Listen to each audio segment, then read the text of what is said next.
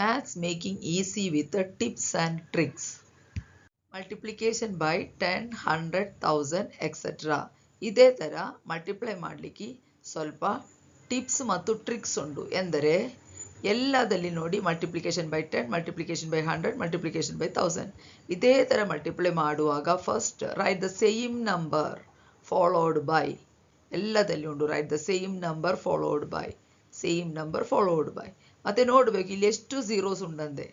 ಇದು 1 0 ಆದರೆ write the same number followed by 1 0. 2 zeros idre write the same number followed by 2 zeros.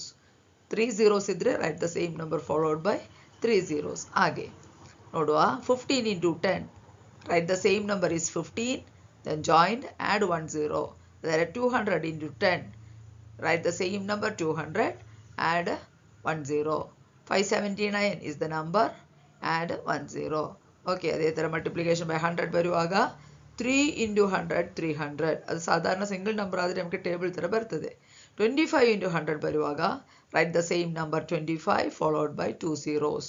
746 into 100, 746 is the same number, ಇಲ್ಲಿ ಬಂದಿದೆ, followed by these 2 zeros. Okay, multiplication by 1000 ಅಂತ ಹೇಳುವಾಗ write the same number 6, write the same number followed by 3 zeros.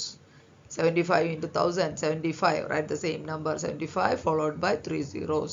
92 into 1000, 92 is the same number, write it here, then followed by 3 zeros join ಮಾಡಿದರೆ ಸಾಕು.